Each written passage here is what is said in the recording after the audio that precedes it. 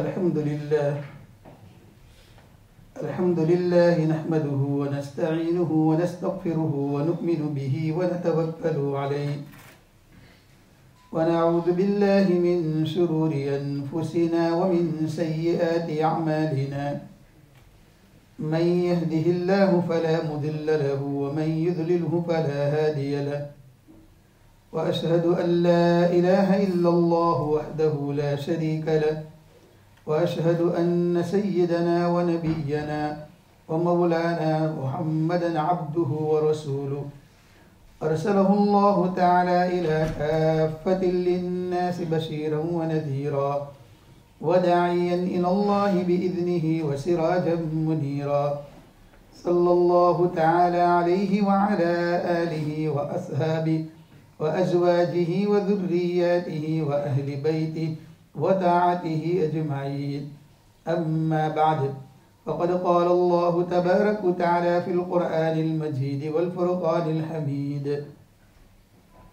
अऊज़ु बिल्लाहि मिनश शैतानिर रजीम बिस्मिल्लाहिर रहमानिर रहीम मन ज़ल्लज़ी युक़रिज़ुल्लाह क़र्ज़न हसना व क़ाल अल्लाहु तबारक व तआला फ़ी मक़ामिल आख़र इन्नमा यअमुरु मसाजिदल्लाहि मन आमन बिल्लाहि वल यौमिल आखिर व अक़ामस्सलात व आतज़्ज़कात व लम यख़्श इल्लल्लाह फ़असा उलाइका अन यकूनू मिनल मुहतदीन सदक़ल्लाहु मौलानल अज़ीम। दरूद शरीफ पढ़ लीजिए। अल्लाहुम्मा सल्लि अला मुहम्मद व अला आलि मुहम्मद कमा सल्लैता अला इब्राहीम व अला आलि इब्राहीम इन्नका हमीदुम मजीद।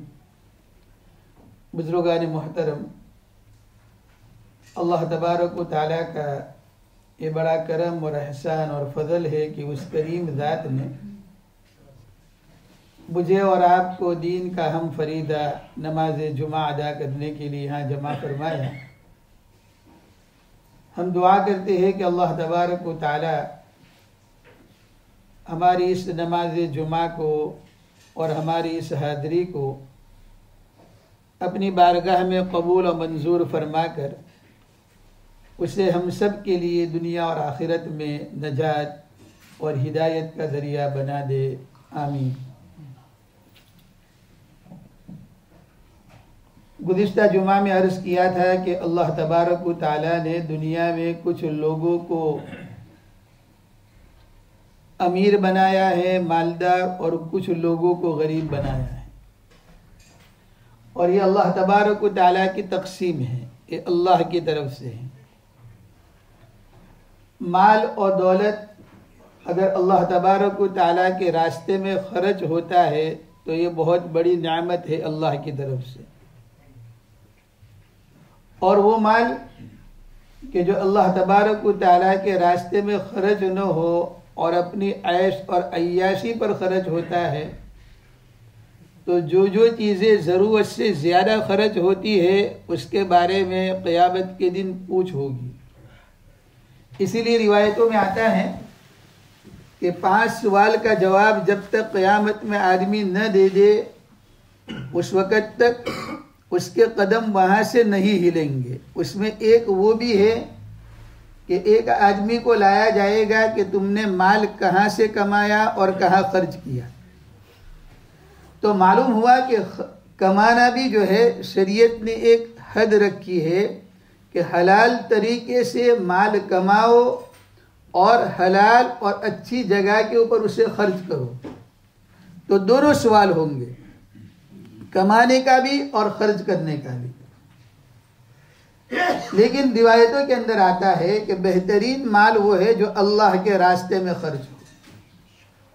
और अल्लाह के रास्ते के अंदर बहुत सारे काम हैं, जैसे मसाजिद बनाना है, मदारिस है, मकातिब है, खानका है, तबलीगी मराकिज़ है, बेवाओं को देना है, यतीमों को देना है, इसी तरीके से गरीबों को देना है, इसी तरीके से जो है मिस्कीनों को खिलाना है, लोगों का ख्याल रखना है। ये सब जो है अल्लाह के रास्ते में है।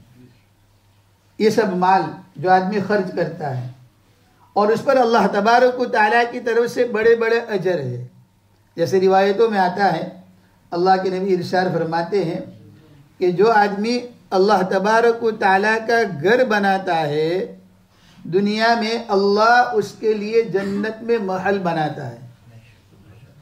सहाबाए किराम ने कहा, या रसूलुल्लाह सल्लल्लाहु अलैहि वसल्लम, हम में से तो हर आदमी ये ताकत नहीं रखता कि सब एक एक अल्लाह का घर बनाए।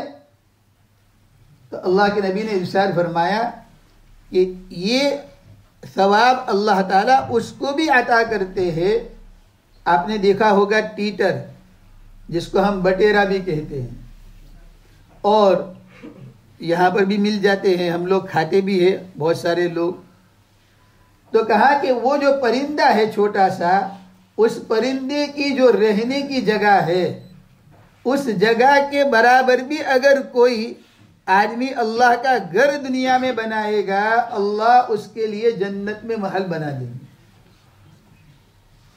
इसका मतलब कि क्या हुआ, अगर एक आदमी 100 पाउंड की मस्जिद बना रहा है और उसमें अगर वो 1 पैनी खर्च कर रहा है, तो अल्लाह उसके लिए भी जन्नत में महल बनाएंगे। चुनांचे बहलूल बहुत अल्लाह वाला आदमी था, बहुत नेक था। एक मर्तबा समंदर के किनारे बैठा हुआ था और अमीरुल मोमिनीन शाह अब्दुल अजीज अलैहि रहमा, उनकी बीवी जो है जुलेखा, अपनी फ्रेंड के साथ वॉक कर रही थी समंदर के किनारे। तो जब वो जा रही थी, उमर इब्न अब्दुल अजीज, उनकी बीवी जुलेखा, तो उसने देखा कि बहलूल मिट्टी से कुछ चीज़ें बना रहा है और उसको जो है साइड पे रख रहा है। तो जुलेखा ने पूछा, बहलूल क्या कर रहा है? तो कहा कि मिट्टी के घर बना रहा हूँ, मकानात बना रहा हूँ अल्लाह के लिए। तो जुलेखा ने कहा, तुम इसको बेचते हो? You want to sell this house? Bahlul ने कहा, यस। तो जुलेखा ने पूछा, हाउ मच, कितने का है? कहा, ओनली 1 दिरहम, 1 पाउंड। तो जुलेखा ने खरीद लिया। कहा, एक मेरे लिए रखो, लो ये पाउंड। तो जुलेखा की जो फ्रेंड थी, उसने कहा, तू बेवकूफ है जुलेखा, ये बहलूल तो पागल जैसा आदमी है, उसने तुमसे 1 पाउंड और 1 दिरहम जो है तुम्हारे जेब में से निकाल लिया। इस मिट्टी की जो है मकान की कोई कीमत नहीं है और तुमने खामोखा उसे 1 पाउंड दे दिया। जुलेखा ने कहा, अल्लाह वाला है। उसने कहा, मैं अल्लाह के लिए बना रहा हूं, अल्लाह के लिए बना रहा हूं। जितनी दुनिया में मसाजिद है वो सारे अल्लाह ताला के घर है, सारे अल्लाह के घर है, और अल्लाह ताला को सबसे ज्यादा पसंद अल्लाह के घर है। एक मर्तबा एक आदमी आया, एक सहाबी, और उसने कहा, या रसूलुल्लाह सल्लल्लाहु अलैहि वसल्लम, अल्लाह ताला को दुनिया में सबसे ज्यादा पसंदीदा जगह अल्लाह के नजदीक कौन सी है? तो अल्लाह के नबी ने फरमाया कि सवाल करने वाला जितना जानता है मैं भी उतना ही जानता हूं, यानी मुझे इसका इल्म नहीं है। हाँ, लेकिन जिब्राइल आएंगे तो मैं पूछूंगा। तो हजरत जिब्राइल अलैहिस्सलातु वस्सलाम थोड़ी देर के बाद तशरीफ लाए। अल्लाह के नबी ने हजरत जिब्राइल से पूछा कि पूरी कायनात तुमने देखी, जमीन और आसमान तुमने देखे, एक एक सैयारात की तुमने जियारत की, और हजरत आदम से लेकर मोहम्मद सल्लल्लाहु अलैहि वसल्लम तक तुम अंबियाए किराम अलैहिस्सलाम पर वही लेकर आते रहे। तो जिब्राइल, किसी ने पूछा है कि अल्लाह ताला के नजदीक सबसे अच्छी जगह कौन सी है पूरी दुनिया के अंदर? जिब्राइल ने कहा, या रसूलुल्लाह सल्लल्लाहु अलैहि वसल्लम, मैंने सारी कायनात जो मैंने घूम फिर ली है, सब चीजें देख ली है, लेकिन इसका इल्म तो मुझे भी नहीं है, मुझे भी नहीं मालूम कि अल्लाह के नजदीक कौन सी सबसे अच्छी जगह है। लेकिन अल्लाह के नबी ने फरमाया, जिब्राइल जाओ अल्लाह ताला से पूछो। हजरत जिब्राइल गए अल्लाह के नबी सल्लल्लाहु अलैहि वसल्लम का पैगाम लेकर, और अल्लाह ताला से कहा कि अल्लाह, तुम्हारा नबी पैगंबर पूछ रहा है कि दुनिया में सबसे बेहतर अच्छी जगह कौन सी है जो तुझे पसंद हो। तो अल्लाह ताला ने हजरत जिब्राइल अलैहिस्सलातु वस्सलाम को पैगाम देकर भेजा। जिब्राइल अल्लाह के नबी के पास आए और अल्लाह के नबी से कहा, या रसूलुल्लाह सल्लल्लाहु अलैहि वसल्लम, अल्लाह उस सहाबी को भी जज़ाए खैर दे जिसने तुमको ये सवाल किया, और तुम्हें भी अल्लाह बरकत अता फरमाए कि तुमने मुझसे पूछा। आज तो अजीब किस्सा हो गया। कहा जिब्राइल क्या हुआ? कहा जब मैं अल्लाह के पास गया और अल्लाह ताला से मैंने जब ये सवाल किया तो अल्लाह ताला ने मुझे इतना करीब किया, इतना करीब किया, इतना करीब किया। तो अल्लाह के नबी ने पूछा जिब्राइल कितने करीब हुए तुम अल्लाह से, कितने नियर हुए तुम अल्लाह से? कहा या रसूलुल्लाह सल्लल्लाहु अलैहि वसल्लम, मेरे दरमियान में और अल्लाह ताला के दरमियान में 70,000 नूर के पर्दे थे, मैं इतना करीब हुआ। इतना 70,000 70,000 नूर के पर्दे मेरे और अल्लाह के दरमियान में थे। अल्लाह ने मुझे इतना करीब किया इस सवाल का जवाब देने के लिए। आप समझते होंगे कि पर्दा जो हमारे घर में कटन लगता है तो इस तरीके से 70,000 होंगे, नहीं। अल्लाह का एक पर्दा नूर का कितना बड़ा है? उलमा फरमाते हैं कि जमीन से लेकर आसमान तक, सातों आसमान तक, जमीन से लेकर सातों आसमान पर तो कोई नहीं पहुंचा, अल्लाह के नबी पहुंचे हैं। कहा जमीन से लेकर आसमान तक का जितना फासला है उतना एक पर्दा है, एक कटन। कितना कटन है? एक कटन, एक नूर का पर्दा अल्लाह ताला का जमीन से लेकर आसमान के दरमियान में जो फासला है इतना है। तो ऐसे 70,000 जो है पर्दे के अंदर अल्लाह ताला ने मुझसे बात की, मुझे करीब किया और कहा जिब्राइल जाकर मेरे पैगंबर को बताओ कि अल्लाह ताला के नज़दीक सबसे ज़्यादा पसंदीदा जगह अल्लाह के घर, अल्लाह की मसाजिद है, मस्जिद है। तो जिब्राइल खुश हो गए कि मुझे इस सवाल का जवाब देने के लिए अल्लाह ने मुझे इतना करीब किया। तो रिवायतों में आता है कि अल्लाह के नज़दीक सबसे ज़्यादा पसंदीदा जगह अल्लाह के नज़दीक मसाजिद है। और हज़रत जिब्राइल ने कहा, अल्लाह ने कहा सबसे बुरी जगह मेरे नज़दीक वो क्या है? बाजार है। अल्लाह हम सब की हिफाजत फरमाए। आज हमारा सबका मामला उल्टा है। कोई हम में से ये नहीं कहता है कि सैटरडे, संडे को, मंडे को, वेडनेसडे को, फ्राइडे को, फला दिन में मस्जिद के अंदर फला प्रोग्राम है तो हम जाएंगे। लेकिन हर आदमी के दिमाग में है कि सैटरडे और संडे को मुझे टाउन में जाना है, मुझे सैटरडे और संडे को टाउन में जाकर बैठना है, मुझे जाकर शॉपिंग करना है, अगर शॉपिंग नहीं करनी है तब भी मुझे घूमना है। जो सबसे बुरी जगह है वहां के लिए तो हम प्लानिंग बनाते हैं ना।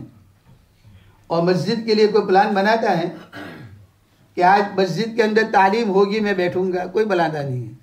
आज दरसे कुरान होगा मैं बैठूंगा? नहीं। बल्कि इमाम साहब ऐलान करते हैं, लोग जल्दी भागते हैं कहीं मुझे बैठना ना पड़े।